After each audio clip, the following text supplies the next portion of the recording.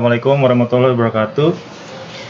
Kali ini kita akan coba membahas tentang bagaimana cara membuat pemodelan dengan menggunakan UML atau Unified Modeling Language.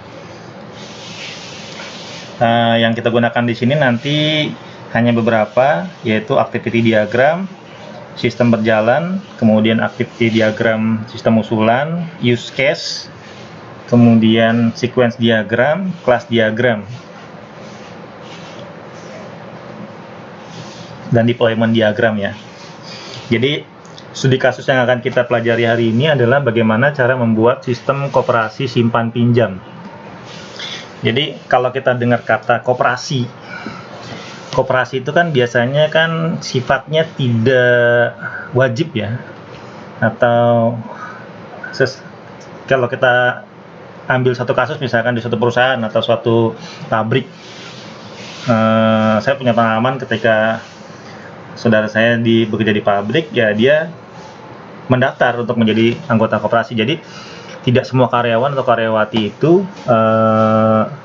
otomatis menjadi anggota koperasi gitu. Jadi dia bisa saja tidak menjadi anggota koperasi gitu.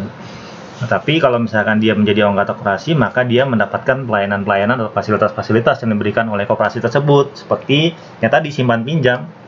Jadi kalau dibilang benefitnya, keuntungannya, dia bisa meminjam uang di koperasi tersebut sesuai dengan plafon yang dia punya gitu. Misalnya dia tabungannya berapa, kemudian dia bisa minjem berapa, dia lihat dari gajinya berapa, tunjangannya berapa, jabatannya apa, segala macam gitu.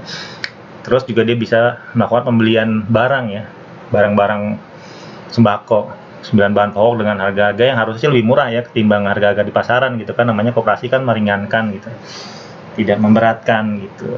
Nah itu kan benefit atau keuntungannya. Tapi kan kalau misalkan berbicara tentang keuntungan atau benefit, berarti dia harus melakukan kewajibannya.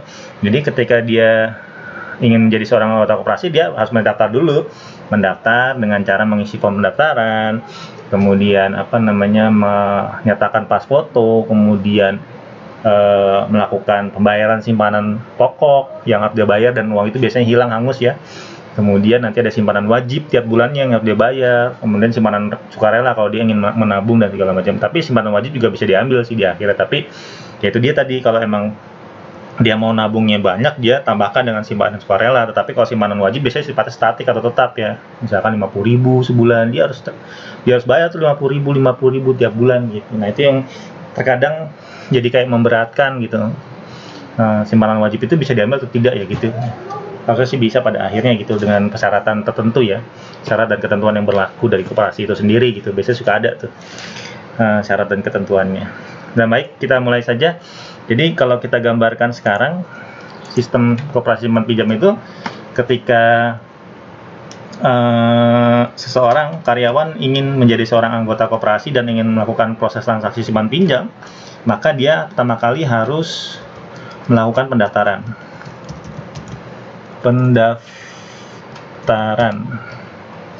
Nah ini kita gedein dulu.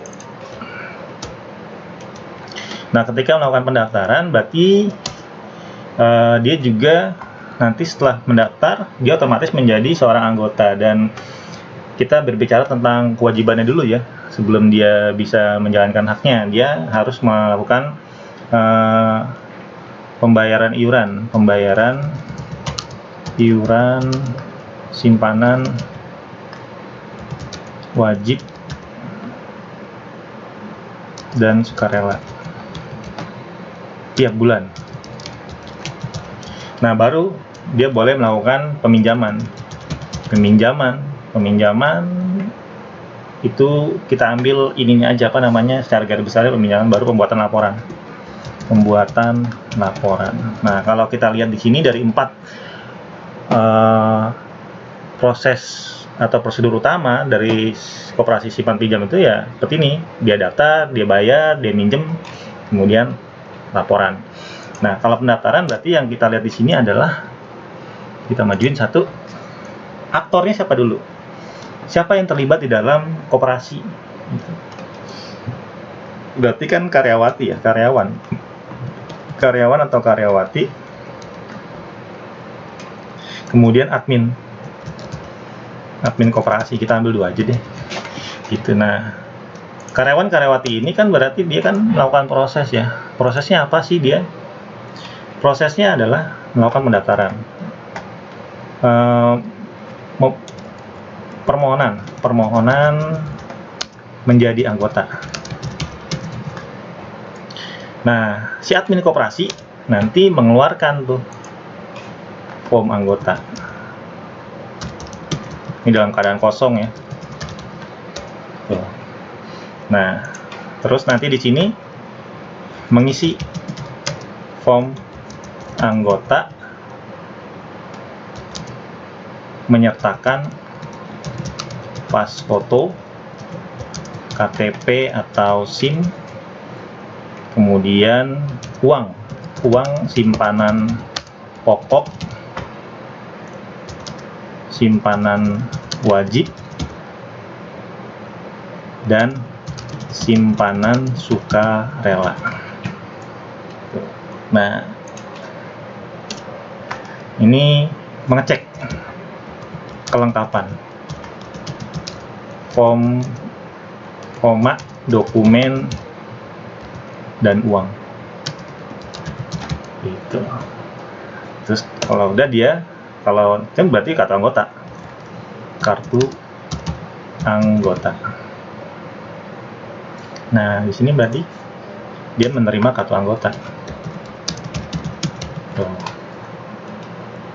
Udah selesai di situ pendaftaran sampai kartu anggota. Nah, kita akan buat nih activity diagramnya. Jadi kita akan pakai di sini, kita close dulu, Visio. Saya pakai yang 2013 ya, Visio 2013. Nah, pilihnya ini aja nih, basic diagram. Nanti udah ada tuh shape yang standarnya, mungkin setelah kita buktiin nanti. Nah, untuk membuat activity diagram, kita pilih more shape, kemudian pilih sketch software and database, kemudian pilih software, kemudian pilih UML activity diagram. Tuh. Ya, seperti kita ketahui, definisi dari activity diagram kita lihat di sini. Activity diagram adalah apa itu activity diagram? Kita ambil ini aja.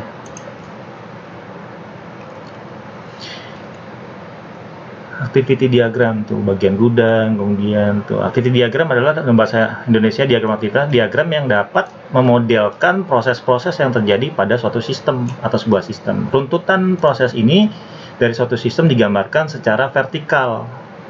Jadi dari atas ke bawah ya. Activity diagram merupakan pengembangan dari use case yang memiliki alur aktivitas gitu. Nah, berarti dia digambarkan dari atas ke bawah. Ini namanya swim lane nih. Ini vertikal tuh. Ini swim lane. Karena tadi kita bikinnya ada 2 aktor, berarti kita bikin 2 aktor. Jadi setiap alur vertikal ini atau swim lane ini menggambarkan tentang aktor yang terlibat gitu. Ini karyawan atau karyawati. Nah, kemudian yang ini adalah admin koperasi. Tuh. Nah, berarti sini activity diagram.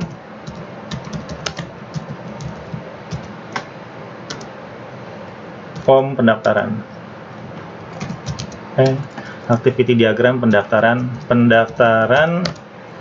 koperasi simpan pinjam. Nah, ini kita gede ini. Nanti dia otomatis tuh melebar tuh kan. Ini gede-gede deh, ini aja.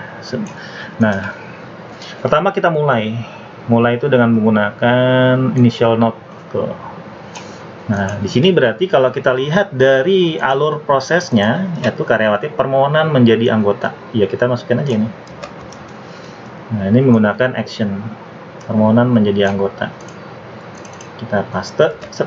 Wah, gedean tuh. Tulisannya kita kecilin.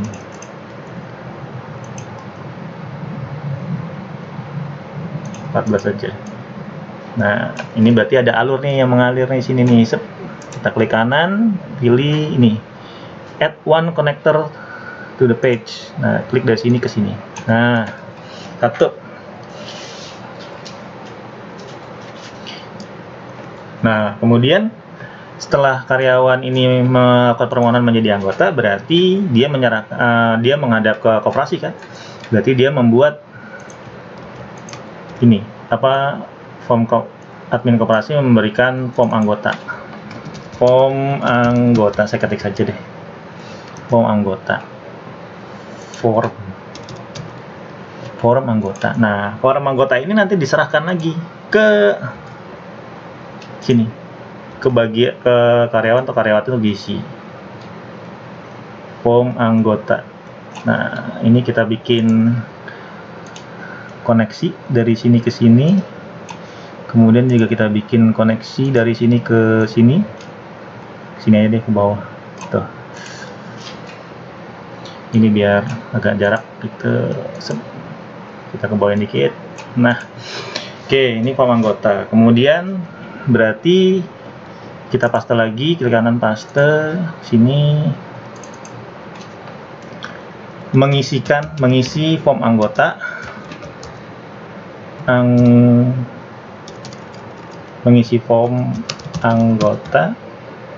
form pendaftaran ya. Ini salah, bukan form anggota tapi form pendaftaran. Ini kita ganti form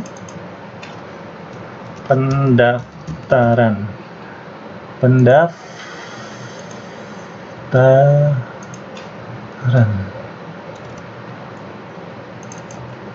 Bang N.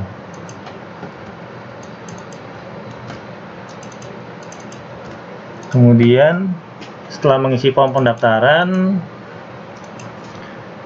menyertakan pas foto, KTP atau SIM, kemudian dan uang simpanan pokok wajib dan sukarela.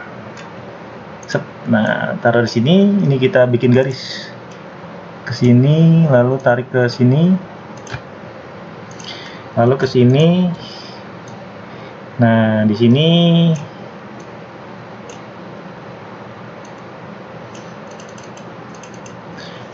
ini mengecek kelengkapan form, dokumen dan uang. Nah, gini aja, kata-katanya udah sesuai. Nah, ini kita tarik lagi ke sini. Lalu setelah mengecek di sini, nanti ada pertanyaan di sini. Apakah form lengkap? Form lengkap, tanda tanya. Nah, dia kalau nggak lengkap, berarti kita balikin lagi nih ke sini, dari sini ke sini. Ini tidak lengkap. Tapi kalau dia ini berarti ini ke sini. Tapi kalau dia lengkap, maka dia akan mengeluarkan kartu anggota.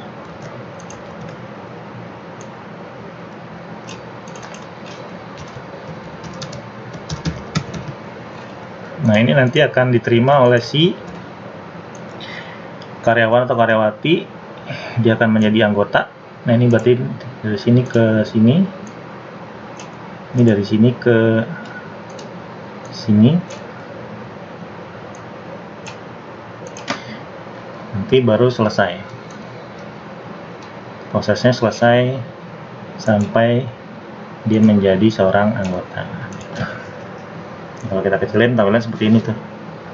Kita lihat di sini, mulai permohonan menjadi anggota, kemudian melakukan admin koperasi memberikan form pendaftaran, kemudian karyawati menerima form pendaftaran, lalu mengisi form pendaftaran, diserahkan kepada admin koperasi, lalu dicek kelengkapan dokumennya. Kalau lengkap, dia kasih anggota selesai, tapi kalau tidak lengkap, dia isi ulang gitu. Nah, ini adalah form activity diagram pendaftaran koperasi simpan pinjam. Baik, sampai di sini dulu. Terima kasih. Nanti kita lanjut di tutorial berikutnya.